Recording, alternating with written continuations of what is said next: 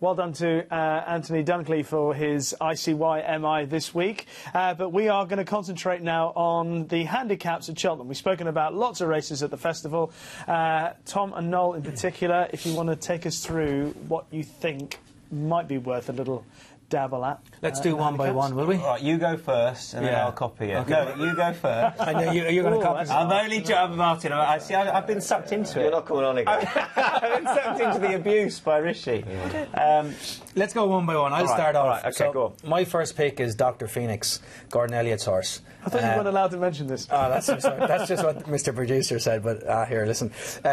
Listen, Dr. Phoenix, I'd imagine he's going for the Brown Advisory Plate in favour of the Grand Annual, but he's an entry in both.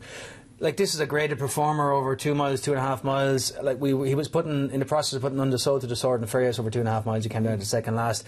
He's dropped back down to 148. Curiously, he's entered on Sunday. The handicap weights still haven't been published.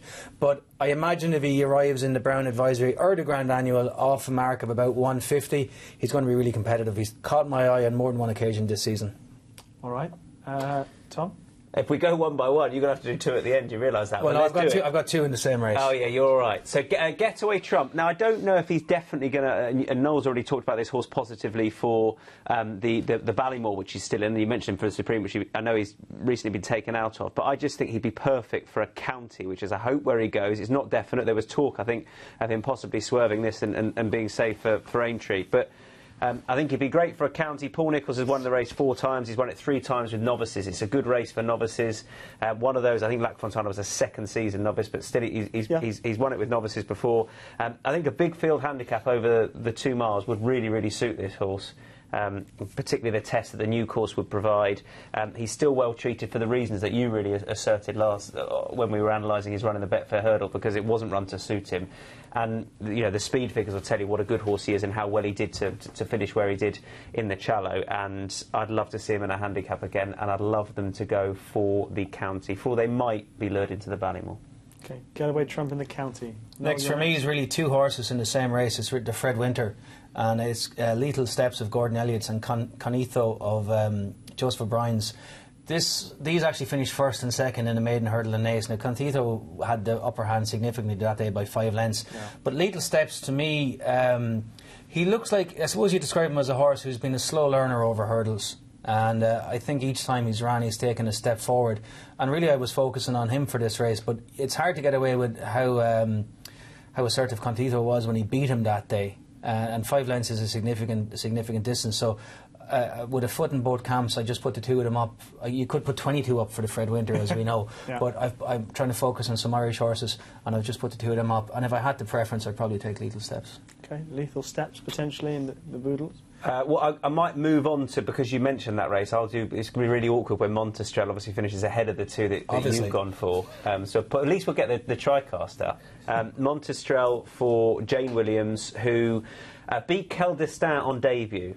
Now, Keldestan, we know what he's done since, and he beat Montestrel back at Cheltenham pretty comfortably.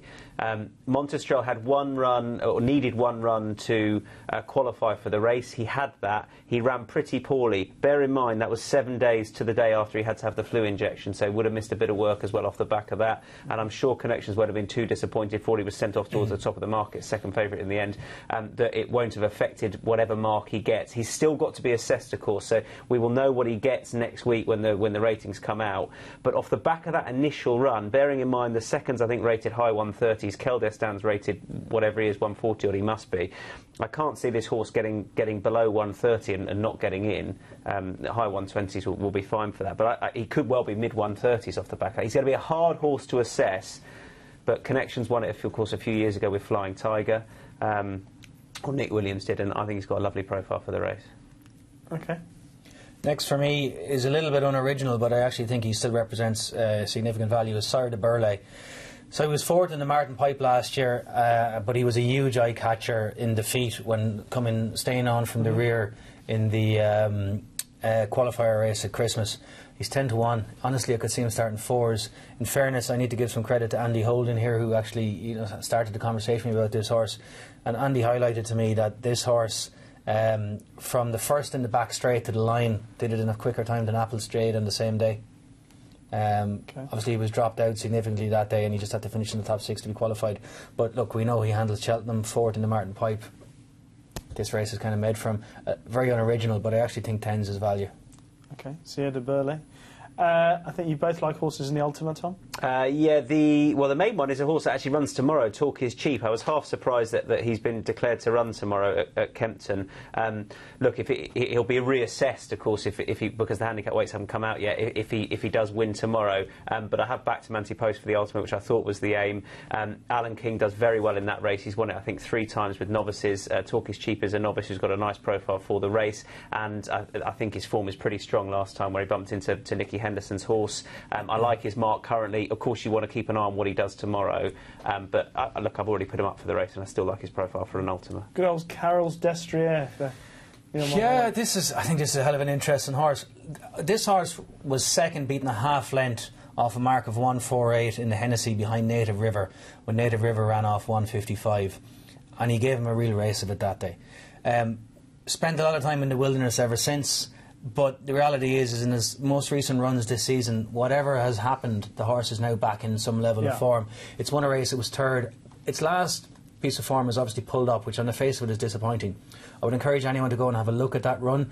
The reality is the horse was travelling like a dream. If you had him back that day at 16s or 20s, he'd be in clover, and a horse fell in front of him on the second fence down the back straight, and he was immediately pulled up. He's running here off a mark of 137, £11 less than he ran off in that Hennessy that day. The Kim Muir is a hell of a test, and I just think that Neil Mulholland is a really good trainer. He obviously has the young master probably for this race as well, but I just think that this sort of a horse in this sort of race is a perfect combination. And for me, off a mark of 137, I'm happy to lose my money at 33 to 1. Okay, not a bad shot. Tom, what? Discorama is the main handicap horse for the festival. Now, he might still run in one of the out-and-out graded contests because he's got entries in the National Hunt Chase, he's got entry in the RSA, he's got one in the JLT as well. Now, given the form last time where he would have given the current favourite for the National Hunt, second favourite for the National Hunt Chase a run-in, having not come down at the last, he might go for that. But Paul Nolan was interviewed about this horse, and he mentioned he's got an Irish rating of 145, and if it was left at that, he'd get into the Close Brothers race. Yeah. The fact that he's even talking about handicaps, bearing in mind he was second in a handicap at the festival last year, makes me think that they could be lining this horse up for a handicap. He has the perfect profile for an Ultima. I would love him to go for that. As a novice who looks to want 3 miles, and I'd be keeping a close eye on his mark, I'd be quite excited about him. And of course he's part owned by Andrew Gemmell, who we know is going to have the winner of the Stayers Hurdle. Obviously. There you go. Paisley Park. Last. I think you're going Chittabello in the County Hurdle. Yeah, is that how you pronounce it? I'm not too sure. How would you pronounce it? I think it's a strong S in it, and it nearly borders on the rude, but let's go with Chittabello. So, look, this horse ran in a champion hurdle last year, and he slid down the marks. He was down as low as 143 before being second in Ascot in December. 146, you'd imagine on his best graded form that he's going to be very competitive in a county hurdle off 146. And interestingly, if he runs in the county hurdle, it'll be his first run after a wind operation as well. So for me, Chittabello, obviously Dan Skelton has won the race. Superb story 3 years ago. Yeah, a few years ago now. So yeah, an old stager but a horse that was significantly higher rated at one stage. There's a bit of a theme there in my selections. But yeah, for me, County Hurdle, interesting runner.